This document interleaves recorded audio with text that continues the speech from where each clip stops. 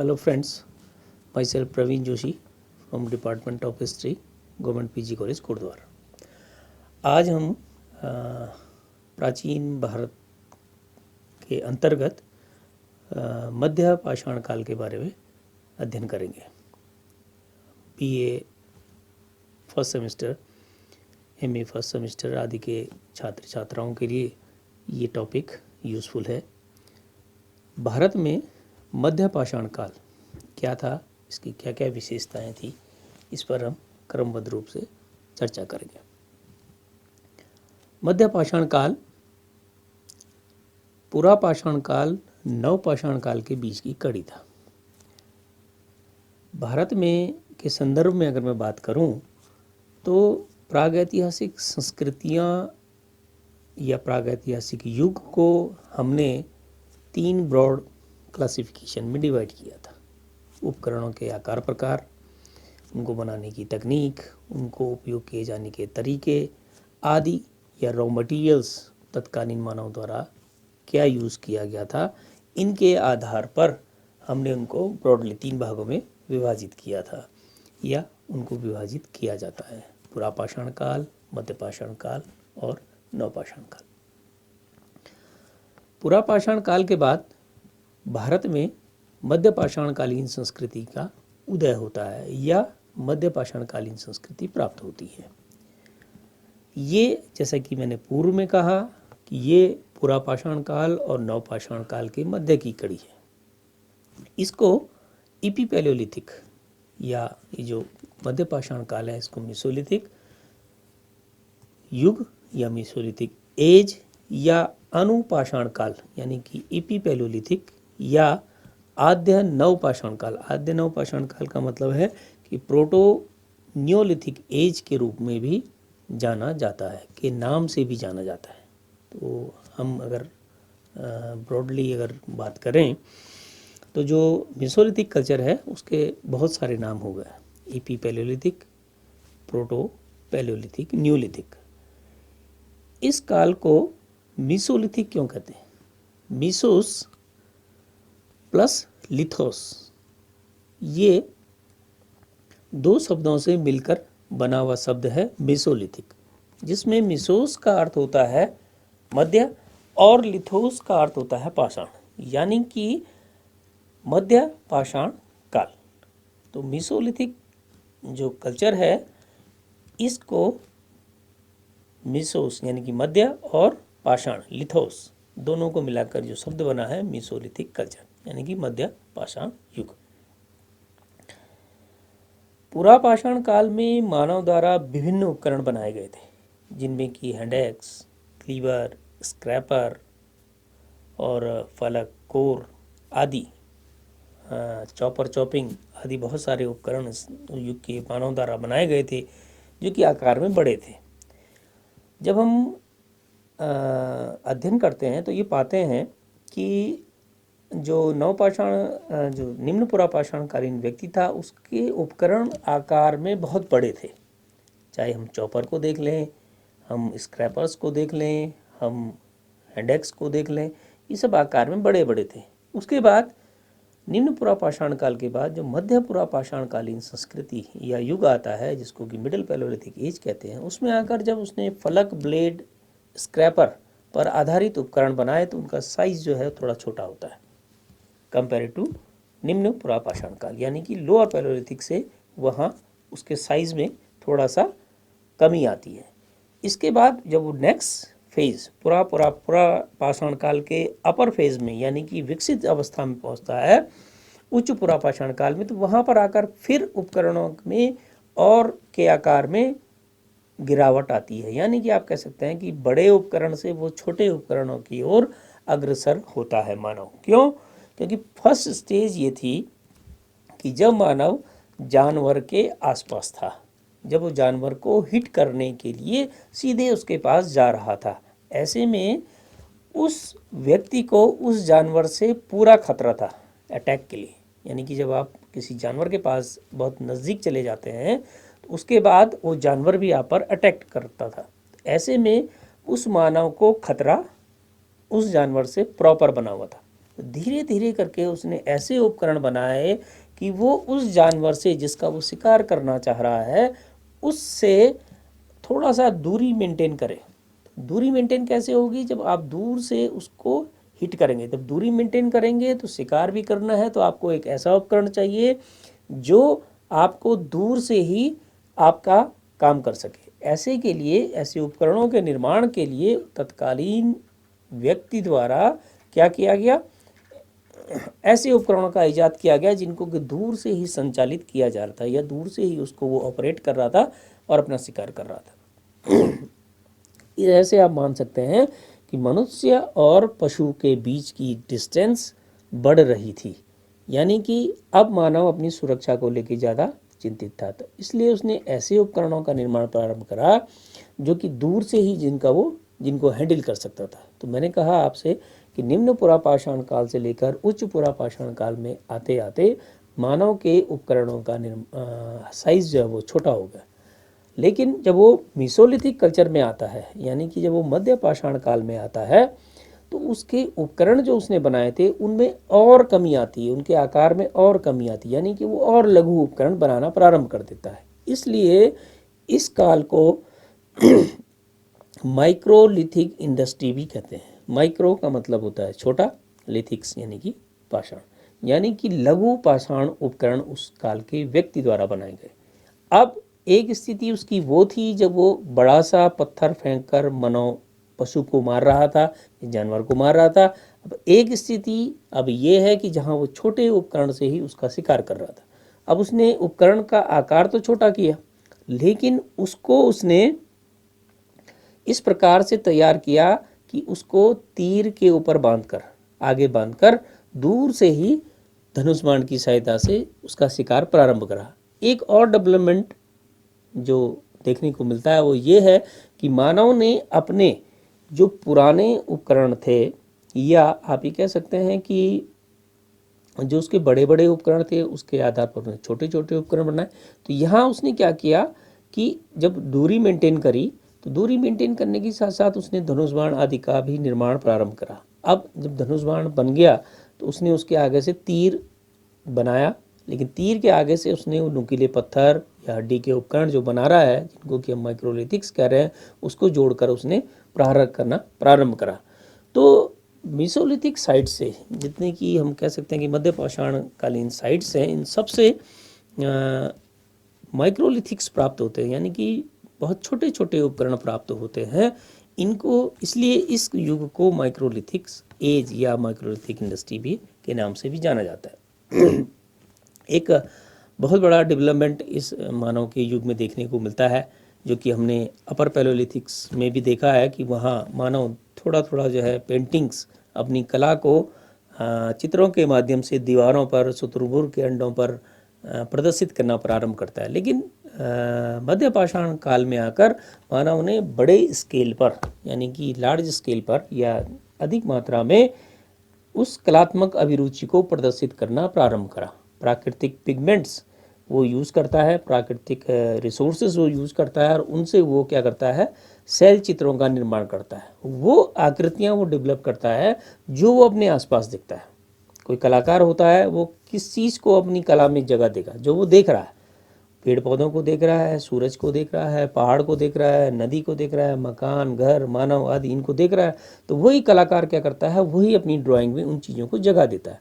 तो तत्कालीन मानव द्वारा भी उन सेल चित्रों में जो जो उसके आसपास उसको घटित होता था या दिखता था, उसको वो चित्रित करना प्रारंभ कर दिया था। हालांकि इसकी शुरुआत जो है उच्च पुरापाषाण काल से हो चुकी होती है, लेकिन मध्य पाषाण काल में आकर उस पर उसका परिष्कृत रूप देखने को मिलता है। यहाँ मानव ने बहुत बड़ी संख्या में, या संख्या हम इसको नहीं, बहुत बड़े लार्ज स्केल पर जो है शैल चित्र प्रारंभ करें। इसके साथ साथ वो जो मृदभांड हस्त निर्मित थे, वो यहाँ आकर हस्त निर्मित के साथ साथ उसने चाक का निर्माण प्रारंभ करा। चाक यानी कि जो कुम्हार का चाक होता है, जिसके ऊपर वो क्या करता है, मिट्टी के उपकरण बनाता है। इस प्रकार के उपकरण उसने चाक निर्मित मृदभांडों का निर्माण भी प्रारंभ कर दिया था। ये एक बहुत बड़ा रिवोल्यूशन उसके युग में था।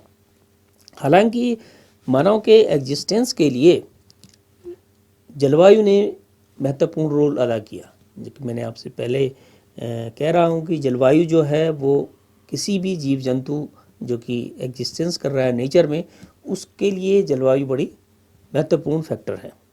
नूतनकालीन जलवायु इस युग में देखने को मिलती है, जो कि हम आजकल देखते हैं। जो जलवायु हमारी है आजकल, उसको हम होलोसीन पीरियड या नूतन काल में रखते हैं। ऐसी ही सामान्यतः जलवायु वहाँ मध्य पाषाण काल में आ गई थी। इसने कि मानव के एग्जिस्टेंस में बहुत मेजर रोल प्ले किया। अब मानव टोटली जो है हंटर गैदर, जिसे कि हम कह रहे थे कि सब वो पूरा पाषाण काल में पूरी तरीके से हंटर गैदर था और कंदमूल फल ग्रहण कर रहा था, या धीरे धीरे करके उसको हंटिंग की प्रैक्टिस, हंटिंग की टेक्निक्स प्रैक्टिस, या अब आप ये कहें कि उसको अपने भोजन के रूप में क्या चाहिए, उसमें उसने परिवर्तन प्रारंभ करा। कैसे कि अब जब उसके पास तीर आ गया, धनुष आ गया, तो अब वो दूर से एक तरफ जहाँ वो बड़े बड़े जानवर का शिकार कर रहा था, उसकी अपेक्षा वो जो है छोटे छोटे जानवरों का शिकार करने लगा। क्योंकि उसके दिमाग में पहले एक चीज़ थी कि जो बड़ा जानवर मरेगा उससे वो ज़्यादा मांस खा सकेगा। लेकिन इससे क्या हुआ कि बहुत बड़ा जानवर अगर वो मारता था या मरता था, तो उसको वो अगर नहीं खा पाता था तो फिर वहीं गिरता था, सड़ता था, उस पर बदबू आती रही होगी, या फिर वो नहीं खा पाता था। तो ऐसे ऐसे करके, या फिर उसको मारने में उसको दिक्कत होती रही होगी। तो ऐसे में उसने उसका एक दूसरा पक्ष निकाला कि इतने बड़े जानवर के साथ संघर्ष करने की बजाय, या उस पर ज़्यादा एक्सरसाइज करने की बजाय, या उस पर ज़्यादा मेहनत करने की बजाय, छोटे जानवर को मारा जाए जो कि आसानी से भी मर जाएगा और उसको खाने में भी, शिकार करने और खाने में दोनों में आवश्यकता होगी। तो ये जो जलवायु थी, इस जलवायु के हिसाब से वातावरण में परिवर्तन हुआ। बहुत सारे पेड़ पौधे, फल फूल इस समय जो है समय समय पर खिलने लगे या होने लगे, जिनसे कि उसकी भूख जो है मिटती गई। धीरे धीरे मानव के शरीर में भी जो है वो डेवलपमेंट हो रहा था। इस डेवलपमेंट की प्रक्रिया में जहाँ उसके मस्तिष्क का विकास हो रहा था, शारीरिक रूप से भी वो डेवलप हो रहा था। जहाँ वो बहुत विशालकाय रूप में था, धीरे धीरे करके उसकी हाइट्स में भी जो है चेंजेस आ रहे थे, उसकी शारीरिक बनावट में चेंजेस आ रहे थे। तो ये जलवायु ने हर तरीके से उस व्यक्ति को क्या किया, प्रभावित किया। ऐसे में जो जलवायु कंडीशन जो परिवर्तन हुआ, या आप कह सकते हैं जो क्लाइमेट चेंज हुआ, उसके लिए मानव को एक स्थान पर या निवास करने के लिए ऐसे स्थानों का चयन करना आवश्यक हो गया जहाँ की पानी बहुत ज़रूरी था। पानी मानव के एग्जिस्टेंस से लेकर, जबकि मानव जो है पैदा हुआ या वो धरती पर आया, तब से लेकर आज तक पानी एक ऐसा ऑब्जेक्ट है जो कि जीवन यापन के लिए सबसे महत्वपूर्ण है। आप खाना खा के बगैर रह सकते हैं, लेकिन बहुत लंबे समय तक आप पानी के बगैर नहीं रह सकते। इसलिए जो है उस मानव ने, जो मध्य पाषाणकालीन मानव था, उसने ऐसे स्थानों का चयन अपने रहने के लिए किया जहाँ वो सुरक्षित हो और जहाँ उसको पानी मिल सके। तो अगर आप देखें तो प्राचीन सारी मैक्सिमम सभ्यताएं, या अभी भी अगर हम बसावट देखें नगरों का, वो ऐसी जगह पर होता है जहाँ पानी इजीली अवेलेबल हो सके।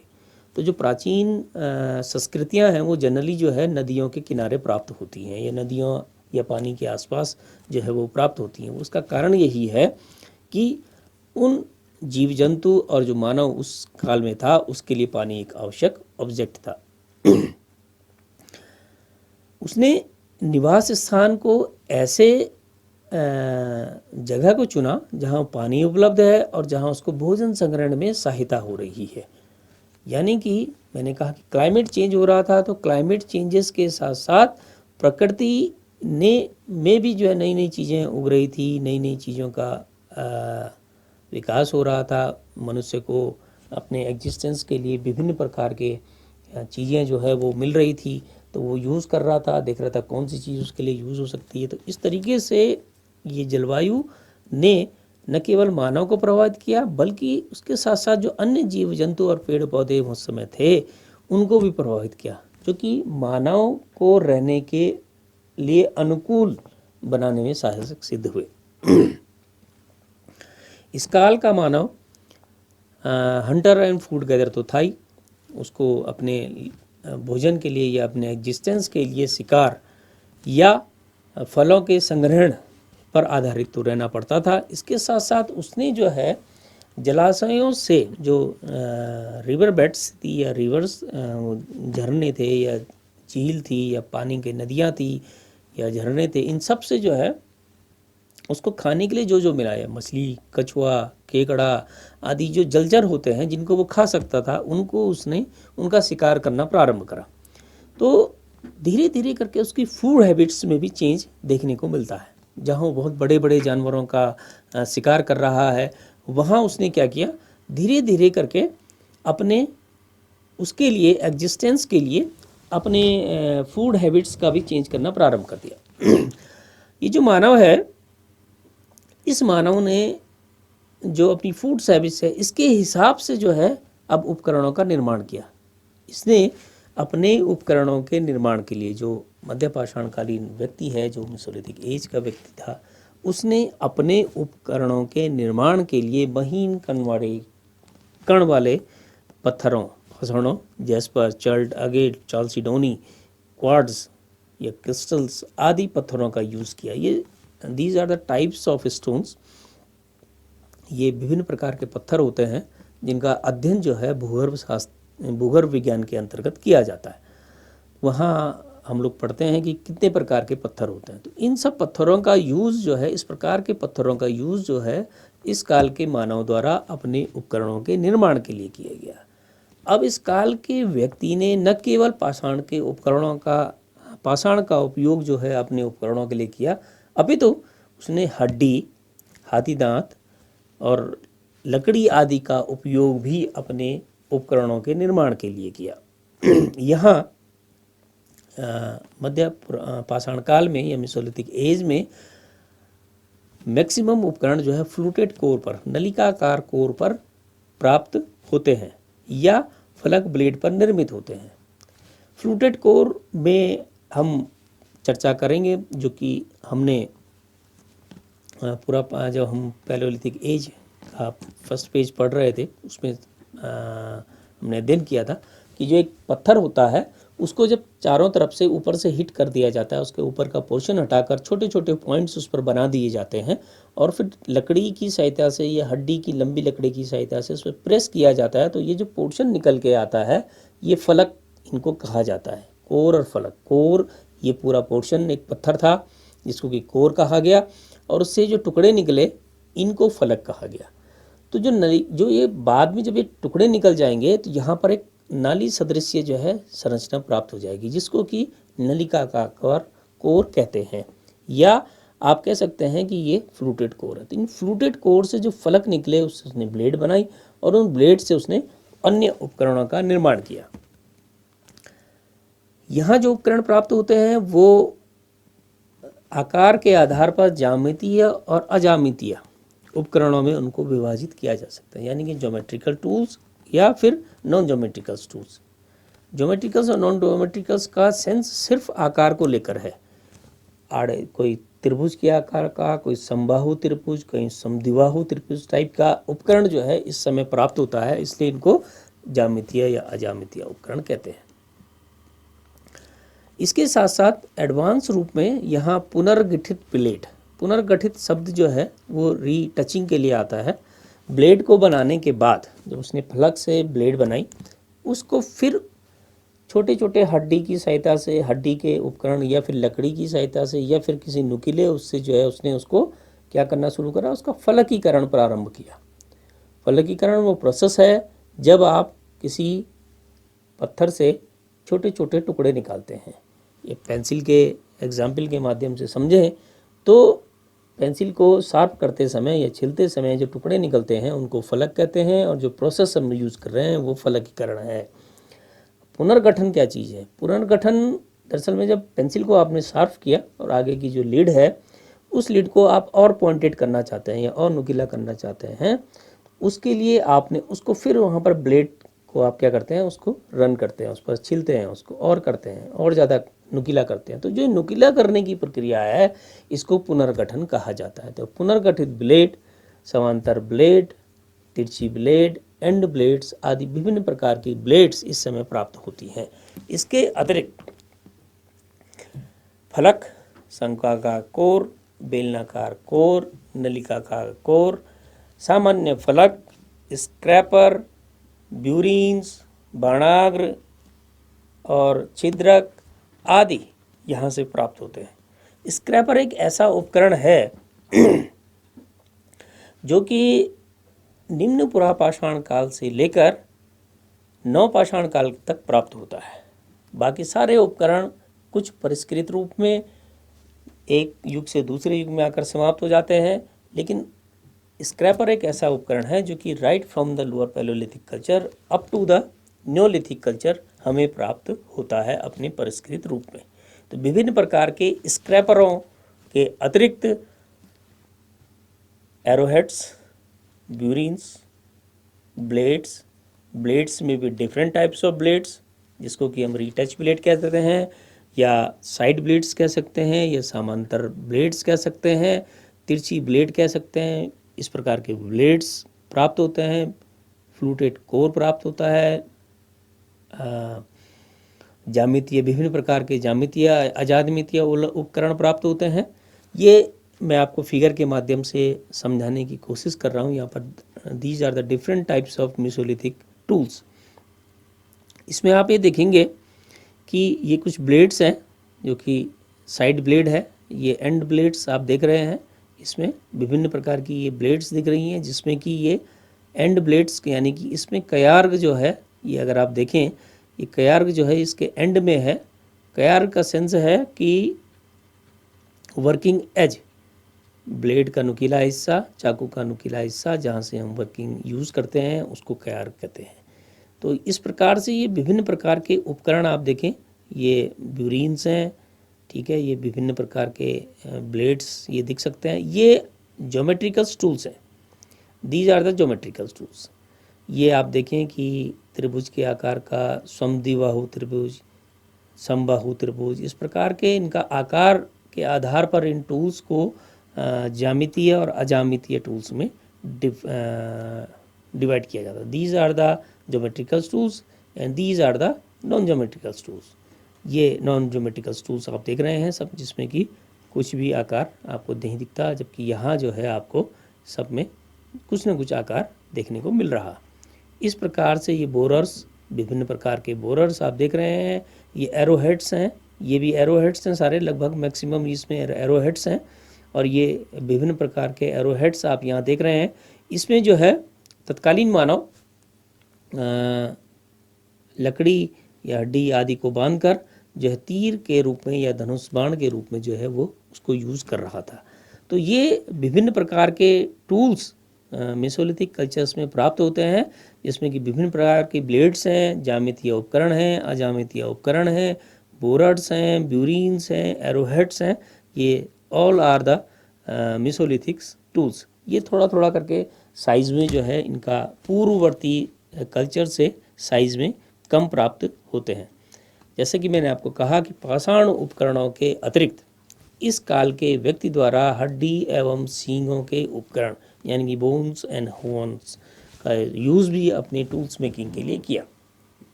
यहाँ पर विभिन्न प्रकार की हड्डियों से निर्मित ये ब्लेड्स आप देख सकते हैं, ठीक है, या निपिड विधि के लिए या आप प्रेशर टेक्निक्स के लिए इस प्रकार की हड्डी, इस प्रकार के टूल्स का यूज़ जो है इस तत्कालीन मानव द्वारा किया गया।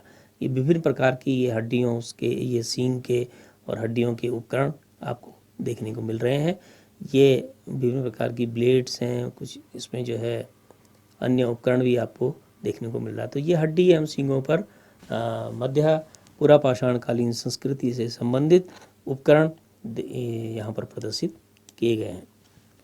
इस काल के व्यक्ति द्वारा जहाँ अपने उपकरणों को परिष्कृत करने का काम किया गया या उनको विकसित करने का काम किया गया, तो इसके साथ साथ इस व्यक्ति द्वारा अपने भोजन को संग्रहण करने के लिए या उन कंदमूल फलों को जिनको वो तोड़ कर ला रहा था उनको संग्रहण करने के लिए उसके द्वारा हस्त निर्मित और चाक निर्मित मृद भांडों का प्रयोग भी प्रारंभ हुआ। या यानी कि आप कह सकते हैं कि उसने जो है हाथ से बने हुए मृद भांड के साथ साथ चाक से निर्मित मृद भांडों का निर्माण प्रारंभ किया।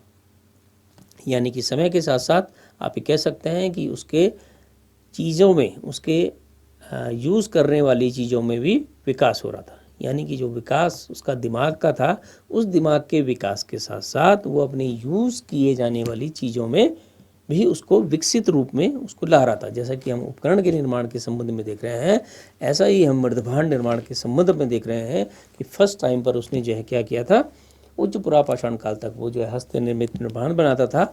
यहाँ आकर उसने चाक से निर्मित मृदभांडों का निर्माण प्रारंभ किया। इसके साथ साथ उसने विभिन्न प्रकार के आभूषण बनाए। जो उपकरण उसने बनाए उसके साथ साथ उसने हड्डी, हाथी दांत, लकड़ी आदि का यूज़ या कीमती पत्थरों का यूज़ अपने आभूषणों के निर्माण के लिए भी किया। यानी कि कलात्मक अभिरुचि जिसको कि वो चित्रों के माध्यम से गुफा चित्रों पर उसने प्रदर्शित किया, उसके साथ साथ उसके जीवन में या उसके पर्सनल लाइफ में भी सांस्कृतिक पक्ष आया, जहाँ उसने अपने को सुंदर दिखने के लिए या अपने शौक के रूप में जो है आभूषण ग्रहण करना प्रारंभ किया। जो उसको अच्छा लग रहा था कि ये उसने कीमती पत्थर देखे, चमकते हुए पत्थर देखे, उसको उसने जो है आभूषणों के रूप में प्रारंभ करा। हड्डी से, हाथी दांत से उसने विभिन्न प्रकार के उपकरण आभूषण निर्माण किए। सींगों से उसने अंगूठी बनाई, उसके पैंडल्स बनाए, चेन बनाई, कड़े बनाए, कानों के बालियां बनाई और विभिन्न प्रकार के उपकरण उसने निर्मित किए। यानी कि हम ये कह सकते हैं कि जहाँ व्यक्ति निम्न पुरापाषाण काल में पूरी तरीके से सिर्फ अपने जीवन यापन के लिए भोजन संग्रहण और हंटर पर आधारित था, जहाँ उसको ये लग रहा था कि सिर्फ जीवन जो है पेट भरना है, वहाँ से निकलकर व्यक्ति अब ऐसी स्थिति में था कि वो अपने शौक, जो उसकी इच्छाएं थी, उनको भी पूरा करने के लिए तत्पर हो रहा था। यानी कि उसको लग रहा था कि ये अच्छा लग रहा है, तो उसके लिए उसने उसके आभूषण बनाने प्रारंभ करे, उसके लिए उसने अन्य उपकरण बनाने प्रारंभ करे। मानव ने यहाँ अपने पूर्वजों के लिए या जो उनके साथ जो आसपास के जो लोग थे उनको दफनाने की परंपरा प्रारंभ कर दी थी। वो परंपरा उच्च पुरापाषाण काल से, या आप कह सकते हैं कि मध्य पाषाण काल के अंतिम चरण से ही शुरू हो जाती है। लेकिन यहाँ आकर अंतिम संस्कार की प्रक्रिया लगभग जो है मध्य पाषाण काल में देखने को मिलती है, जहाँ की उसने शवों को पूर्व पश्चिम या उत्तर दक्षिण दिशा में लिटाकर उसको दफनाया था। यानी कि इसके लिए एक शब्द आता है दिग्ग दर्शन, जिसको कि ओरिएंटेशन कहता है। बॉडी को गड्ढा खोदकर उसका सिर जो है पूरब की तरफ और पाँव जो है पश्चिम की तरफ रखकर उसके साथ कुछ अंत्येष्टि सामग्री के रूप में कुछ बर्तन रख दिए जाते थे। अंत्येष्टि सामग्री का सेंस जो है, आज के युग में आप अपने पितरों को तर्पण देने की जो परंपरा हम श्राद्ध के समय करते हैं कि उनके लिए हम खाना बनाते हैं, किसी चीज़ को, कौवे को खिला देते हैं, कुत्ते को खिला देते हैं, गाय को खिला देते हैं, रख देते हैं। तो यानी कि ये माना जाता है कि वो जो हम तर्पण देते हैं, हमारे जो वरिष्ठ घर के मेंबर्स होते हैं अपने पूर्वजों को, उनके लिए हम अलग अलग जगह पर इन चीज़ों को रख देते हैं। तो ये माना जाता है कि उनके माध्यम से वो हमारे पूर्वजों तक चले गए। ऐसा ही कॉन्सेप्ट जो है वो यहाँ देखने को मिलता है मध्य पाषाण काल में, कि जब तत्कालीन व्यक्ति ने अपने मृतकों के साथ साथ कुछ अंत्येष्टि सामग्री, कुछ बर्तनों में या कुछ उस प्रकार के आभूषण जो उसने हड्डी के या हाथी दांत के या कीमती पत्थरों के बनाए, उनको वो रख देता था। यानी कि उस समय भी वो कॉन्सेप्ट था। तो जो हमारा ये व्यक्ति डेथ हो रहा है धीरे धीरे, उसके साथ साथ उसको, ये दरअसल में मैं बात कर रहा हूँ ये मध्य पाषाण युग के अंतिम फेज की बात कर रहा हूँ, कि जब आज प्रकार के अवशेष जो हैं वो प्राप्त होते हैं, वहाँ जो है अंत्येष्टि सामग्री के रूप में व्यक्ति को अंत्येष्टि सामग्री के साथ रखकर व्यक्ति को दबा दिया जाता था। शैल चित्रों पर अगर हम बातचीत करें, जो हम रॉक पेंटिंग्स पर अगर हम बात करें, तो भारत में मध्य पाषाण कालीन संस्कृति जो है, मेसोलिथिक कल्चर जो है, इससे संबंधित व्यक्ति ने जो शैल चित्र बनाए, जिनको कि हम रॉक पेंटिंग्स कहते हैं, वो मध्य प्रदेश में मैक्सिमम मिलती है, जिसमें कि भीमबेटका, आदमगढ़, सागर, भोपाल, सतना आदि, रीवा आदि से जो है रॉक पेंटिंग्स प्राप्त होती हैं। बाणगढ़, बाघा, लेखनिया, पंचमुखिया और अमुआ जो कि उत्तर प्रदेश की साइड से हैं, यहाँ से भी मध्य पाषाणकालीन संस्कृति से संबंधित जो शैल चित्र हैं वो प्राप्त होते हैं। उत्तराखंड के संदर्भ में अगर हम बात करें तो उत्तराखंड से भी मध्य पाषाणकालीन संस्कृति के अवशेष प्राप्त होते हैं या उनसे संबंधित शैल चित्र प्राप्त होते हैं। हमें अभी डिस्ट्रिक्ट चमोली में, जो कि गढ़वाल मंडल के अंतर्गत है, में एक जगह है डुंगरी, वहाँ से शैल चित्र मध्य पाषाणकालीन युग के प्राप्त हुए, जहाँ की मानव ने विभिन्न कलात्मक दृश्यों को जो है वहाँ प्रदर्शित किया है। इसके साथ साथ कुमाऊं मंडल में अल्मोड़ा डिस्ट्रिक्ट के अंतर्गत लक्ष्य उड़ियार नामक एक जगह है, जहाँ से जो शैल चित्र हैं वो मेसोलिथिक कल्चर्स के प्राप्त होते हैं, के युग के प्राप्त होते हैं। तो हम ये कह सकते हैं कि जो उत्तराखंड के दो साइड्स हैं, जिनको कि हमने कहा डुंगरी और लक्ष्य उड़ियार, यहाँ से विभिन्न प्रकार के या मध्य पाषाण युग के शैल चित्र प्राप्त होते हैं। जो हम ये बात कर रहे हैं, यहाँ पर मैं आपको दो चित्र के माध्यम से इसको समझाने की कोशिश करूँगा। ये भीमबेटका की पेंटिंग्स है पहली, जिसमें कि अगर आप देखें तो ये घोड़े सदृश्य चित्र जो है तत्कालीन व्यक्ति द्वारा बनाए गए या तत्कालीन लोगों द्वारा बनाए गए। इसके साथ साथ दूसरा ये चित्र आप देख रहे हैं कि ये कुछ हिरन के आकार का इसको देखने का लग रहा है। यहाँ पर एक मानव आकृति आपको देखने को मिल रही है। ये इस प्रकार इसके हाथ में कुछ चीज़ उठा रखी है इसने। ये कुछ वृक्ष हैं। यहाँ पर एक दूसरा मानव फिगर आपको देखने को मिल रहा है, एक और मानव फिगर यहाँ है।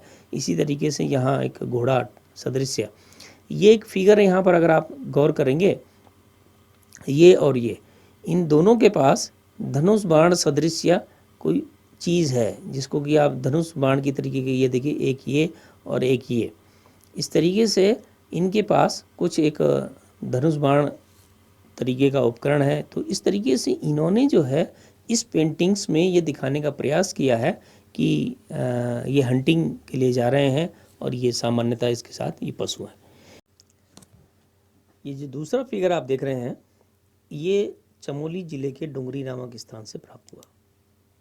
यहाँ आप देख रहे हैं कि बहुत सारे ये फिगर्स हैं जो कि मानव आकृति के रूप में आपको देखने को मिल रहा है। इसमें ये छोटा फिगर आप देख रहे हैं जिसमें कि मानव ने हाथ उठाया है, इसने नीचे रखा है। ये एक मानव फिगर है जिसके हाथ में कुछ देखने को मिल रहा है। ये बड़ा मानव आकृति है। इसके साथ साथ बहुत सारे मानव आकृति हैं। इसके बीच में आप छोटे छोटे जानवरों को देख सकते हैं कि जो कि बकरी के रूप में, हिरन के रूप में ये दिख रहे हैं, बहुत छोटे छोटे, ये कुत्ता, इस प्रकार से एक विशेष प्रकार का जानवर आपको यहाँ देखने को मिल रहा है। इसको जो पुरातत्वविद हैं, इन्होंने जो है इसको जयकाल नाम दिया है। जयकाल दरअसल में ये सेम जो पशु है, ये मध्य प्रदेश के जो भीमबेटका नामक गुफा है, वहाँ से भी प्राप्त हुआ है इस प्रकार का फिगर। दरअसल में जो फिगर पूरा है, इस फिगर के संदर्भ में अलग अलग लोगों ने अपनी अलग अलग बातें कही हैं। कुछ लोग ये कहते हैं कि ये एक हंटिंग प्रैक्टिस, जिसको कि पहाड़ में हाका प्रथा कहा जाता है, से संबंधित है। हाका प्रथा दरअसल में एक ऐसी प्रथा है जहाँ पर क्या होता है कि पहले फंक्शन के रूप में इसको करते थे, जहाँ पर चारों तरफ से जानवर को घेर कर उसको किसी सेंटर प्लेस में लाकर हंटिंग की जाती थी। एक परंपरा थी जो कि पहाड़ों में जनरली यूज़ की जाती थी पहले।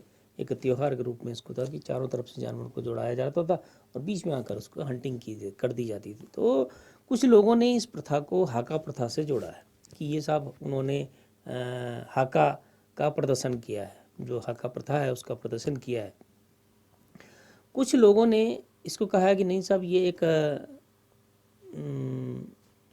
डांसिंग ग्रुप है जो कि डांस करता हुआ चल रहा है, जिनके साथ साथ बहुत सारे क्या हैं, जीव जंतु भी चल रहे हैं और वो भी चल रहे हैं, कहीं ये डांसिंग करते हुए चल रहे हैं। कुछ लोगों का ये कहना है कि ये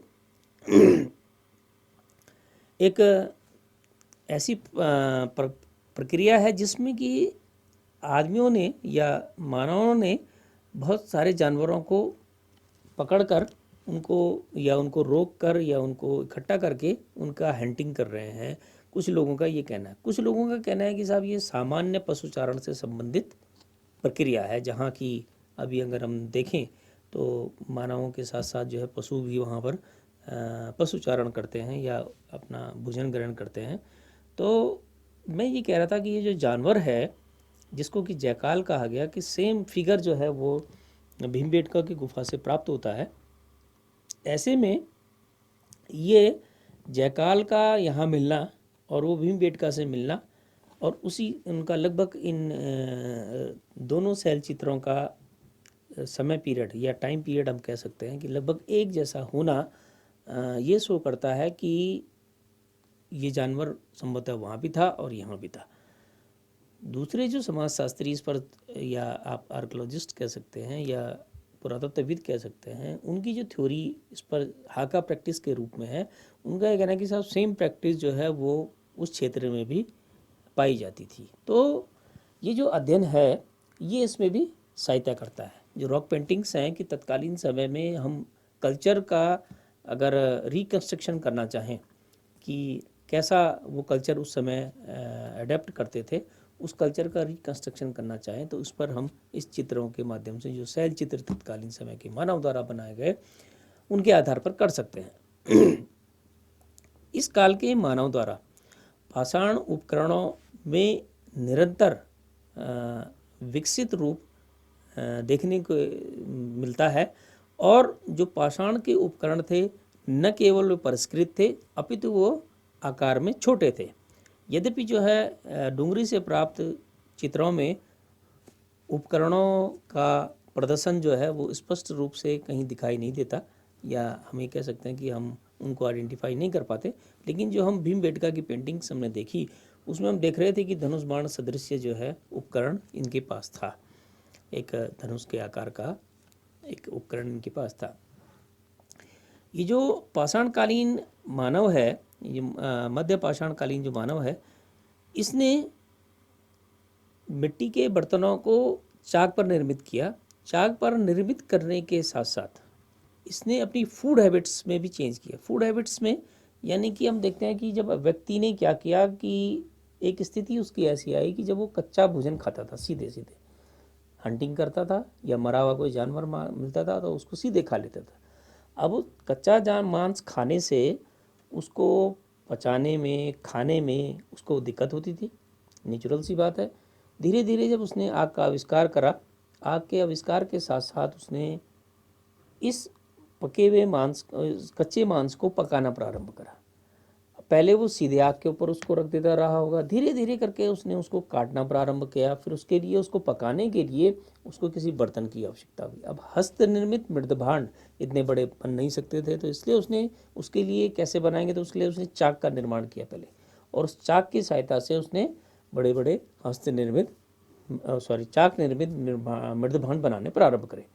इन चाक निर्मित मृद भांडों पर उसने उस मांस को पकाना प्रारंभ करा, या हम ये कह सकते हैं कि अब उसने अपना भोजन बनाना प्रारंभ करा, जो कि उसका मांस के रूप में था। इसके साथ साथ वो जो उसने वो बनाए, मृदभांड बनाए, उन मृदभांडों पर वो जो आसपास के कंदमूल, फल, या आप ये कह सकते हैं कि जो फ्रूट्स आदि उसको मिल रहे थे, उनका संग्रहण करना भी उसने प्रारंभ करा। एक स्थिति ये थी कि जब मानव सिर्फ भ्रमण कर रहा था, किस चीज़ के लिए, कि सिर्फ अपने भोजन की प्राप्ति के लिए, उसकी खोज के लिए एक स्थान से दूसरे स्थान तक भ्रमण कर रहा था। यहाँ आकर धीरे धीरे उसमें परिवर्तन होता है। यहाँ निवास ही ऐसे स्थान पर बनाता है, चुनता है अपने निवास को, कि जहाँ उसको इजीली भोजन प्राप्त हो रहा है, इजीली पानी प्राप्त हो रहा है, इजीली शिकार प्राप्त हो रहा है। जैसे कि मैंने कहा कि उसने फूड हैबिट्स में चेंज किया। फूड हैबिट्स में चेंज यानी कि जहाँ वो बड़े बड़े जानवरों को मार रहा था, अब छोटे छोटे जानवरों को मार रहा था। साथ साथ उसने जो है जलचरों का भी शिकार करना प्रारंभ करा। मछली, केकड़े आदि जो है, कछुआ आदि, इनको भी मारना प्रारंभ करा, क्योंकि वो जल के नज़दीक रह रहा था, तो उसमें जितने भी जीव जंतु उसको खाने योग्य मिल रहे थे उनको वो खाना उसने प्रारंभ किया। भारत में मध्य पाषाण कालीन संस्कृति के अवशेष बहुत बड़े एरिया से प्राप्त होते हैं, जिनको कि हम ब्रॉडली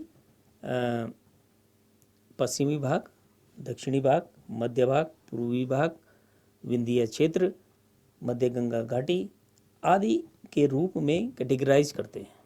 इसमें पश्चिम से अगर हम प्रारंभ करें तो राजस्थान के बागोर, बाड़मेर, अजमेर, उदयपुर, जोधपुर आदि जो साइट्स हैं, इनसे मध्य पाषाण कालीन संस्कृति के अवशेष प्राप्त होते हैं। इसके अतिरिक्त गुजरात में बहुत सारी साइट्स हैं, हीरपुर, लंगनाज, मेहसणा, अहमदाबाद आदि।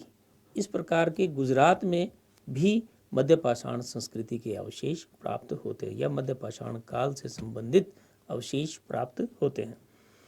दक्षिण की अगर हम बात करें, आंध्र प्रदेश में नागार्जुनीकोंडा, रेणुगुंटा, कर्नाटक में संगनकल्लू, रायचूर, बेल्लारी, चित्रकूट, चित्रदुर्ग, ये जो साइट्स हैं यहाँ से मध्य पाषाण कालीन संस्कृति प्राप्त होती है।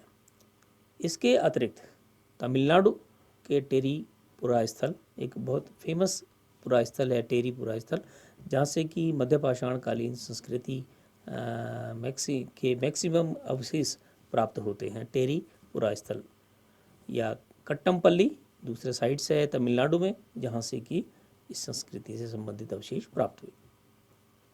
मध्य भारत में अगर हम बात करें तो मध्य प्रदेश में आदमगढ़, भीमबेटका, रीवा, सतना, भोपाल, उज्जैन, इंदौर आदि से मध्य पाषाण कालीन संस्कृति के अवशेष प्राप्त होते हैं। पूर्वी भारत में अगर हम चलें तो बिहार और झारखंड से संथाल परगना, रांची, भागलपुर, राजगीर आदि स्थानों से इस संस्कृति के अवशेष प्राप्त हुए। इसके अतिरिक्त पश्चिम बंगाल के बर्धमान, बीरभूम, पुरुलिया आदि स्थानों से ये संस्कृति प्रकाश में आई। उड़ीसा के सुंदरगढ़ और पुरी दो स्थान ऐसे हैं जहाँ से मध्य पाषाण कालीन संस्कृति प्रकाश में आई। इसके अतिरिक्त अगर हम उत्तर विंध्य क्षेत्र, जिसमें कि वाराणसी, लेखनिया, चोपनी मांडू, मिर्ज़ापुर आदि और बेलन घाटी आदि आते हैं, ये सब इलाहाबाद के आसपास के इलाके हैं। यहाँ से मध्य पाषाण कालीन संस्कृति के अवशेष प्राप्त होते हैं। बेलन घाटी एक ऐसा स्थल है जहाँ से कि हमें विभिन्न कालों के अवशेष प्राप्त हुए, चाहे हम निम्न पुरापाषाण काल की बात कर लें, मध्य की बात कर लें, उच्च की बात कर लें, या फिर हम यहाँ आकर मध्य पाषाण कालीन संस्कृति की बात करें। लगभग संस्कृतियों के अवशेष जो है बेलन घाटी से प्राप्त होते हैं। छोटे छोटे पॉकेट्स में अगर बेलन घाटी की अगर हम बात करेंगे तो यहाँ से ये प्राप्त होते हैं। मध्य पाषाण कालीन संस्कृति जो कि मानव के पुरापाषाण काल और नवपाषाण काल के मध्य की कड़ी थी, इसमें तत्कालीन मानव द्वारा न तो पुरापाषाण कालीन संस्कृति की विशेषताओं को पूर्ण तरीके से छोड़ा गया, न उसने नवपाषाण काल जो नेक्स्ट फेज आ रहा है उसके कैरेक्टर्स को अपनाया। यानी कि हम कह सकते हैं कि यहाँ पर जो मिक्सर्स देखने को मिलता है वो मध्य पाषाण काल में देखने को मिलता है। पाषाण उपकरणों के संदर्भ में अगर हम बात करें तो जो मध्य पाषाण कालीन संस्कृति है उसमें उपकरणों में विकास होगा, लेकिन वो विकास उनके चेंजेस के रूप में हुआ। यानी कि हम पहले देख रहे थे कि पाषाण काल में, पुरापाषाण काल में उस व्यक्ति द्वारा बड़े बड़े उपकरणों का निर्माण किया गया और यहाँ आकर उसने धीरे धीरे उत्तरोत्तर रूप में उन उपकरणों को छोटा छोटा बनाना शुरू करा। दूसरी चीज़ हम देखते हैं कि उसने अपनी फूड हैबिट्स में चेंज करना प्रारंभ करा। फूड हैबिट्स यानी कि जहाँ वो पूर्ण तरीके से बड़े पशुओं पर आधारित था, वहाँ उसने धीरे धीरे छोटे पशु और जलचर पर आना प्रारंभ करा। तो मैं बात कर रहा था कि यहाँ जो है न तो उसने पूर्व की स्थिति को पूर्णतः छोड़ा, यानी कि जो पुरापाषाण कालीन संस्कृति के वो था, उसने हंटिंग करनी नहीं छोड़ी, उसने बहुत बड़े एरिया पर फूड गैदरिंग नहीं छोड़ी, उसने जो है अपने पाषाणों का उपकरणों का निर्माण जारी रखा। के साथ साथ यद्यपि उसने समय के साथ साथ उसने परिवर्तन जरूर किया, लेकिन नवपाषाण काल जो नेक्स्ट फेज है और जो उसको कि हम स्टोन एज का विकसित रूप कहते हैं, वहाँ के जो टूल्स हैबिट्स थी या फूड हैबिट्स थी उनको पूर्णतः उसने अपनाना प्रारंभ नहीं किया। या हम दूसरे शब्दों में ये कह सकते हैं कि जो मध्य पाषाणकालीन संस्कृति है वो एक फुट या पायदान के रूप में, फुटरस के रूप में या पायदान के रूप में जो है नवपाषाण काल का के लिए काम करती है। यानी कि यहाँ आगे चलकर हम देखेंगे नवपाषाण काल में उपकरणों का शेप एंड साइज, उनको बनाने की टेक्निक्स पूरी तरीके से चेंज हो जाती है। जो मध्य पुरापाषाण कालीन संस्कृति के जो उपकरण थे, चाहे वो ब्लेड्स थी, ब्यूरेंस थी, स्क्रैपर्स थे, बोरर्स थे, इन सबको बनाने के लिए व्यक्ति द्वारा जो टेक्निक्स यूज़ की गई थी वो टेक्निक्स समानांतर या फलकीकरण या सिंपल फ्लेकिंग के अतिरिक्त रीटचिंग जिसे कहते हैं कि जो मैं आपको पहले बता गया पुनर्गठन, उसको और शार्प करना, उसको अप्रत्यक्ष संघात विधि और निपिट विधि से तैयार करना। अप्रत्यक्ष संघात विधि और निपिट विधि, जैसे कि मैंने पहले बताया कि अप्रत्यक्ष संघात विधि वो है कि जिस चीज़ से आपको उपकरण को निकालना है या उपकरण का निर्माण करना है उस पर डायरेक्टली हथौड़े से छेद न करके या उस पर या आपके प्रहार न करते हुए बीच में कोई दूसरा ऑब्जेक्ट रखा जाता था। ये यानी कि ये एक पत्थर है, इस पत्थर से अगर उपकरण निर्माण करना है तो इस पर डायरेक्टली जो है हथौड़े से या पत्थर दूसरे पत्थर से या लकड़ी से किसी से डायरेक्ट हिट न करके इसके बीच में एक लकड़ी या हड्डी का कोई एक उपकरण रख दिया जाता था और उसके ऊपर हड्डी के उपकरण के ऊपर या लकड़ी के उपकरण के ऊपर हिट किया जाता था। तो हिटिंग जो है वो डायरेक्टली जो है उसको हिट न करते हुए लकड़ी को हिट करती थी और वो जो संघात था वो अप्रत्यक्ष रूप में इस पर लगता था। तो ये जो संघात था ये नियमित संघात था। नियमित संघात का मतलब होता है कंट्रोल हिटिंग, यानी कि अगर आप सीधे हथौड़े से इसको मारेंगे तो बहुत बड़ा पोर्शन, बहुत बड़ा टुकड़ा निकल के आ सकता है। कंट्रोल हिटिंग में या अप्रत्यक्ष संघात विधि में क्या होता है कि जितना पोर्शन लगभग आपको चाहिए उतना ही पोर्शन निकल के इससे निकल के आएगा।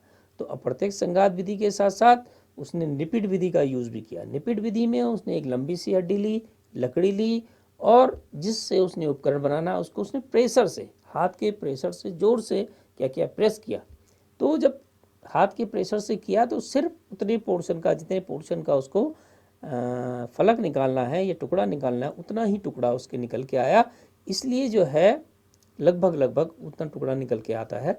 इसलिए उसमें निपिट विधि, अप्रत्यक्ष संघात विधि के साथ साथ उसने जब टूल्स फलक निकला उससे उसने पुनर्गठन करके ब्लेड बनाई।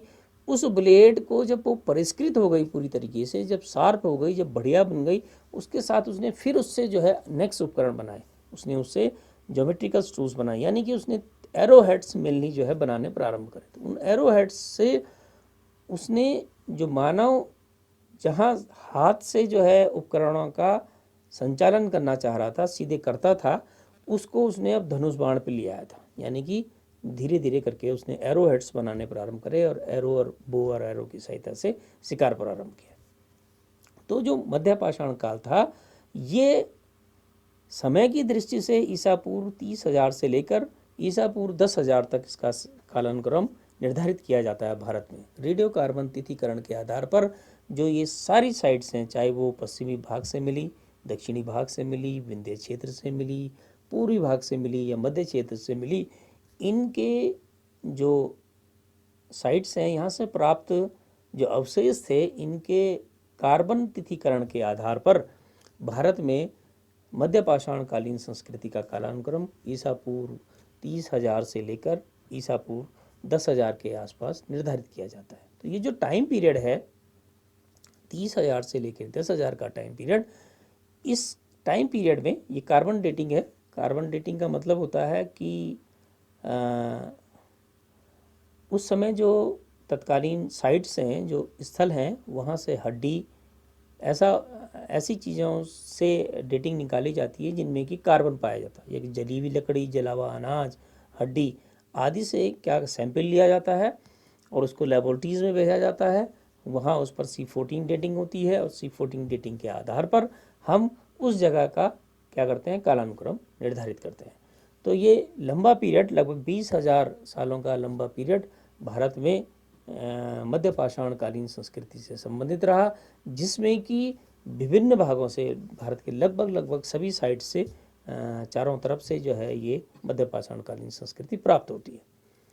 मैं एक चीज़ और क्लियर करना चाहता हूँ कि अभी बहुत सारी साइट्स ऐसी होंगी जिनका कि एक्सकवेशन नहीं हो पाया या जिनकी खोज नहीं हो पाई। तो ऐसे में हमारे पास जो डाटा अभी तक अवेलेबल है हम उस पर बात करते हैं। ये जो साइट्स मैंने आपको बताई, लगभग इन्हीं साइट्सों से मध्य पाषाणकालीन संस्कृति प्रकाश में आई। समय के हिसाब से ये संस्कृति, पूर्व में मैं बता चुका, ये संस्कृति पुरापाषाण काल से के और नवपाषाण काल के बीच की ये स्थिति है, इसलिए इसको मध्य पाषाण काल भी कहते हैं। धन्यवाद।